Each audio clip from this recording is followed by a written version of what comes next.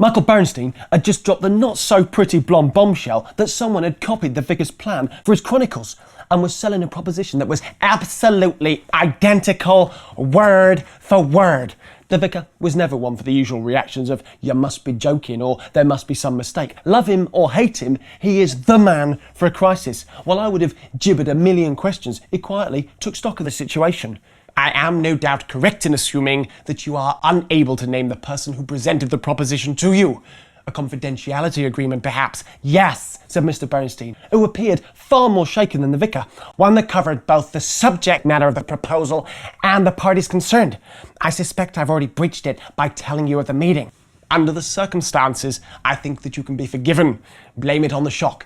Is there anything you do wish to tell me? I certainly would not presume on our friendship to make you act improperly.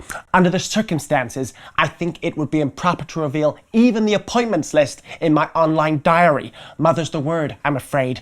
There is little I can say, and I fear their proposition is further along than yours. They claim to already have a publisher, a production company, and online agreements. All in the space of a day, my. They have been working fast. Eager beavers, if ever there were. Well, in a day? No, that would be quite impossible. They must have been setting this up for some while." "Oh, I think not, Michael. Smoke and mirrors, I'm sure. And now I must take up no more of your valuable time. Come, punk.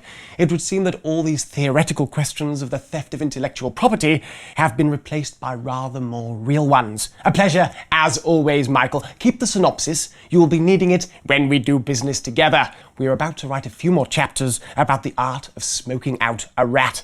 And with that, the vicar turned and headed off towards the exit of the Palais de Festival. "So, someone has stolen my ideas, punk, and my children have been sold into slavery. We must rescue them." Well, a little over-dramatic, perhaps, I thought. And anyway, the books were my children. I've written them. "There is, of course, no monopoly on ideas," he continued. "They are out there waiting for the time and place that will give birth to them. You can be sure that if you have had a bright idea, most unlikely, in your case of course, that someone else has had the same idea.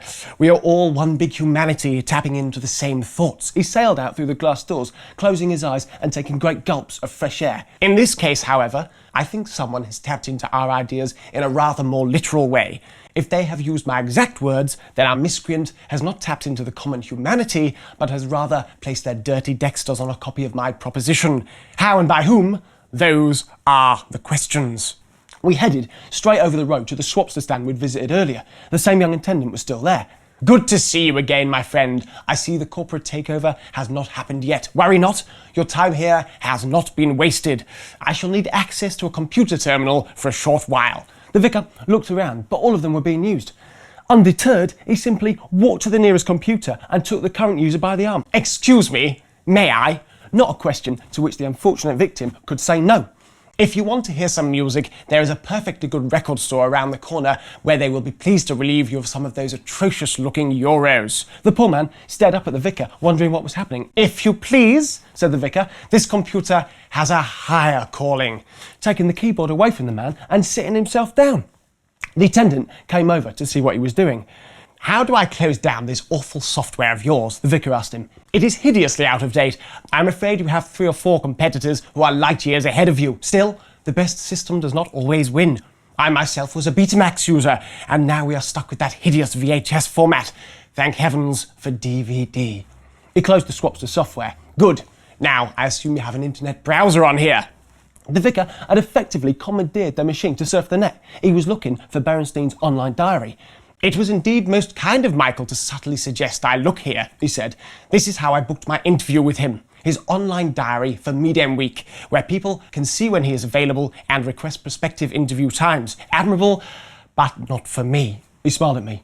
"But I can, of course, see who else he has seen today. Who do we have?" The vicar was looking at the picture of Bernstein's day, divided into half-hour sections, shaded out whenever he was busy. "What a busy man he has become. 12 meetings today." The admirable system would not, however, give details of those meetings without a password. Strange. Why then did he mention it to me? For the first time, the vicar looked nonplussed. "Perhaps he didn't want you to come here. He said that he wouldn't tell you anything. Mum's the word, as he put it." "Yes." The vicar sat back in his chair. I pulled the keyboard towards me and began typing in possible passwords. All my favourites based on tits, arses and bosoms didn't seem likely choices for Mr. Bernstein. How'd you spell Yom Kippur? I asked. You will never guess the password. There are billions of possibilities. He must have told it to us. The vicar sat back in thought while I ran through as many Jewish words as I could remember. Yom Kippur, Hanukkah, Bar Mitzvah, Shalom, circumcision. Mother's the word, he said finally. Those were his exact words. Go on, punk, type in mother. I tried, but it didn't work. Try mutal, M-U-T-A-L. That is what he calls his mother. Yes! Open sesame! As Alibaba and his 40 thieves would have put it.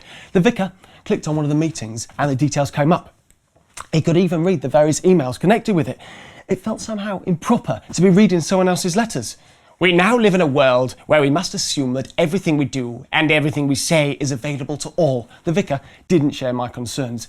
There is no longer any privacy. Those who act honourably have nothing to fear. The right action will have the right repercussions. Ignore the first email. I think we can exclude mmm@aspie.com. That email was sent last Friday. I rather suspect our miscreant will not even have known he wanted a meeting until after 9 o'clock this morning. Still, note down the email just in case. As he searched through the diary, my mind wandered to all the bizarre things that had happened at this conference. The message on the flight, the notes from the Orange Eyebrow, this blatant theft of the vicar's plan for the Chronicles. I couldn't help thinking that they must all be linked in some way and that Venus Crepany was almost certainly involved.